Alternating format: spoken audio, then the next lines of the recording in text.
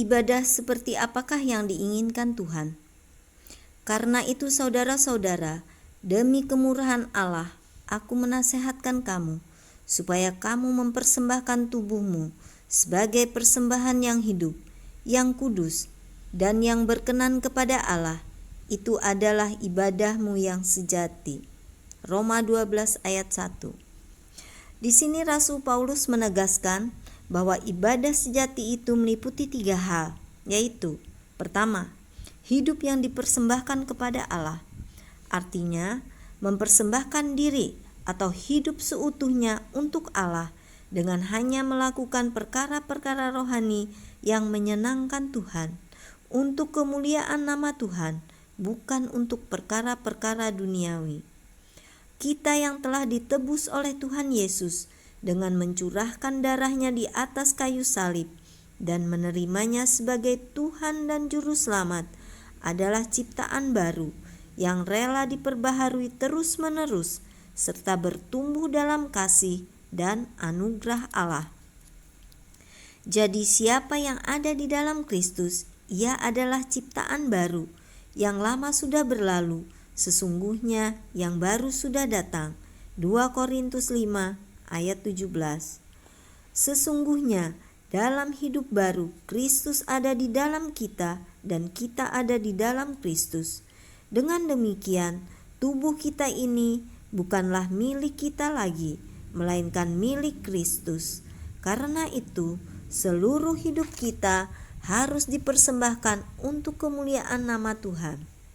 2. Persembahan yang kudus.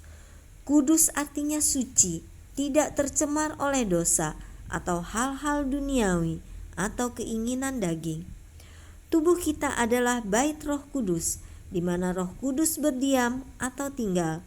Karena itu, kita harus menjaga tubuh dan hidup kita tetap kudus, tidak mencemari tubuh dan menyerahkan anggota tubuh kepada dosa untuk dipakai sebagai senjata kelaliman. Misalnya berzina, mabok, merokok, membunuh, dan lain-lain.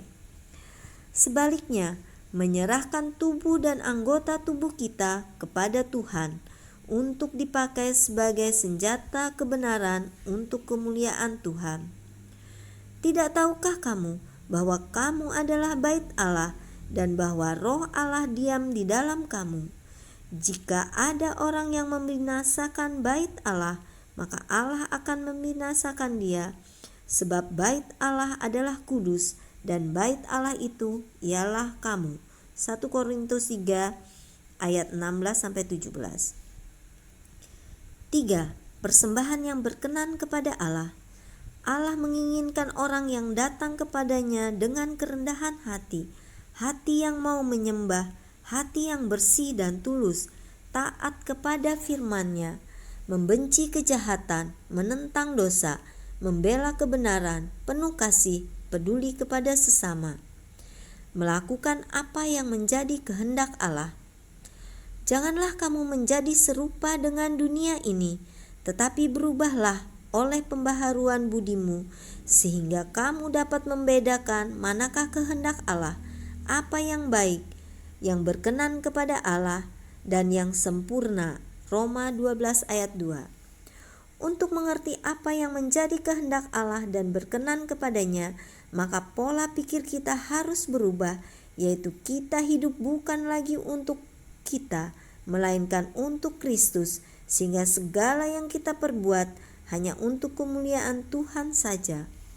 Kesimpulannya, ibadah yang sejati itu terletak pada orangnya, dibangun atas dasar penghormatan, kasih yang tulus dan suci, serta ketaatan kepada Tuhan dengan menjaga dan mengarahkan tubuh, hati, dan pikiran hanya kepada Tuhan saja. Tuhan Yesus memberkati kita semua.